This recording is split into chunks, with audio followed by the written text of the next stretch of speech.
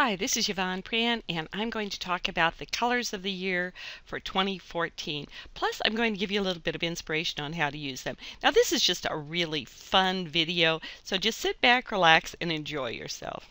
Here's what we'll do in this video. We'll look at 3 companies that have selected colors for the year. Then we'll look at how they're used in housewares, which is typically the area where they first show up. Then we'll look at some other graphic design inspirations. Now keep in mind, you don't have to use all of these colors immediately in your work, but if you do, your work will look more contemporary, and it is kind of fun to change things up a little bit. So let's get started looking at the new colors, the colors of the year for 2014. The granddaddy of all color selections, of course, is the Pantone company. They are the ones that meet in Europe, and they actually decide years ahead. They look at all kinds of different things and see what different colors are trending, what looks, what tones, all kinds of things like that to come up with their color of the year. And this year their color is something called Radiant Orchid. Now I must admit, I thought that was a little bit shocking for a color. Not a lot of people like purple. I personally love it. It's one of my favorite colors. It's very useful in the church because it is one of the key liturgical colors, but this is their color of the year. Now when Pantone picks a color, they give you every imaginable thing that goes along with it. You have your RGB color numbers, you have your CMYK numbers, you have your hex values, you have, these are your HTML values, the ones for the web. You have everything imaginable. You can get color chips, color samples, anything that any graphic designer would want. Now I'm going to be showing you some uses for this color in just a minute, and I'm going to be showing you 2 other companies that have selected colors for the year. However, none of the other things have this great series of numbers that you need if you actually want to use the colors in your publications. They're not going to suddenly pop up on your Microsoft Publisher color palette, for example. So what in the world do you do? How do you make these things actually practical in your own work? What I've done is I created another video for you that shows you how to find these colors and how to then get them into your color palettes in Microsoft Publisher, how to find the little numbers that you need. It's really a useful video, not only to show you how to find the colors that are currently in for this year, but say you have a color that you really like in a web page, in a publication, in a video, really anything. This video will show you how to use a little color picker tool that will enable you to identify that color. It's really fun, so check it out. Now let's just look at some of the samples for uses of the colors. Your home decorating sites, Houzz is a great one. We'll always have lots of articles on it. Here they show you the color and then some examples of it. This color, you can see, goes a long way just as an accent, and I think you can already see on how a publication, it might be just great. Say you have white background, you might even have brown type, but just that pop of purple in perhaps some illustrations or icons, something like that could really look good. Here again we have it paired with grays. It's very nicely done. Here we have it paired with your beige, your gray, and then over on the couch you have little pink pillows, so you can see that perhaps as a secondary accent color. And here again you have the purple but with some very bright colors. And you can see how just going through these different house ideas, it gives you ideas on how to combine colors in your publications. Let's look at the next color of the year. Benjamin Moore came up with a very different one, I thought, than the purple, and this is a lovely blue called Fresh Air.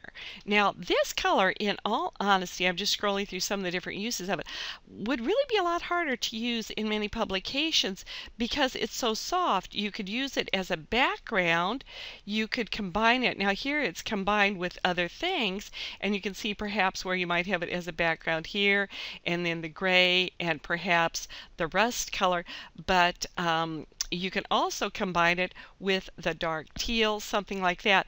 But in many ways, to me, even though it's a lovely color, it's a trending color, it's not maybe perhaps as inspiring and as useful as I thought the purple one was. In addition to Benjamin Moore, Sherwin-Williams is another leader in paint colors that came up with something they call exclusive plum.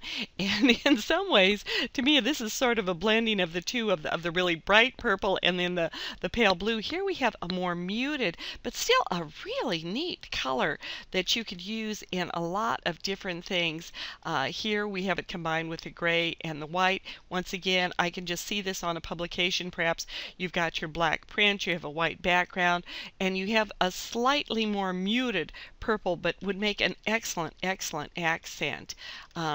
Here again, it's with white and black, but you also have that pop of the chartreuse green, which looks great. This is where I really like to look through different home style things. It gives you an idea for an accent or a color, something that you might not think of otherwise, just staring at a blank page and thinking, how am I going to put together this postcard? Here it's combined with a red. I'm not sure I'm crazy about it, but you know, somebody might like it.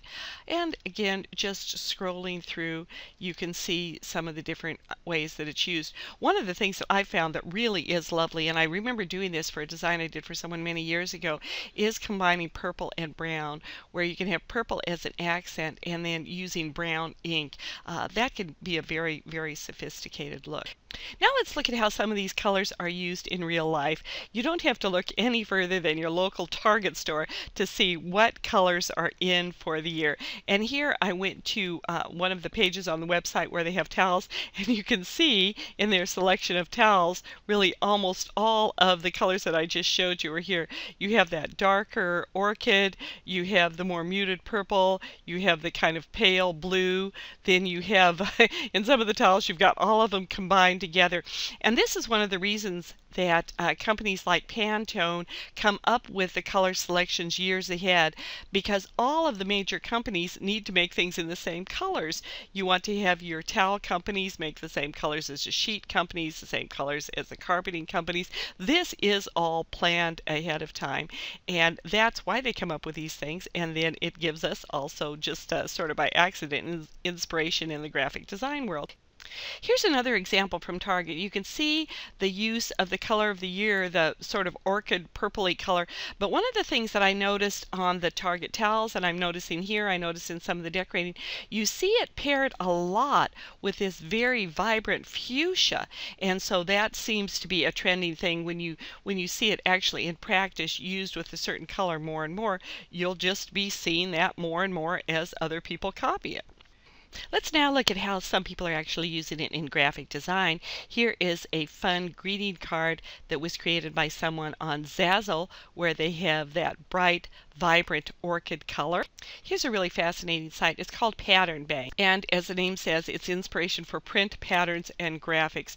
They really have a lot of beautiful examples, and as you can see, you can look at some of the different ones and get inspiration for your own ideas. So I hope this has shown you just a few of the ways that you can get some ideas and inspiration for your colors in the coming year.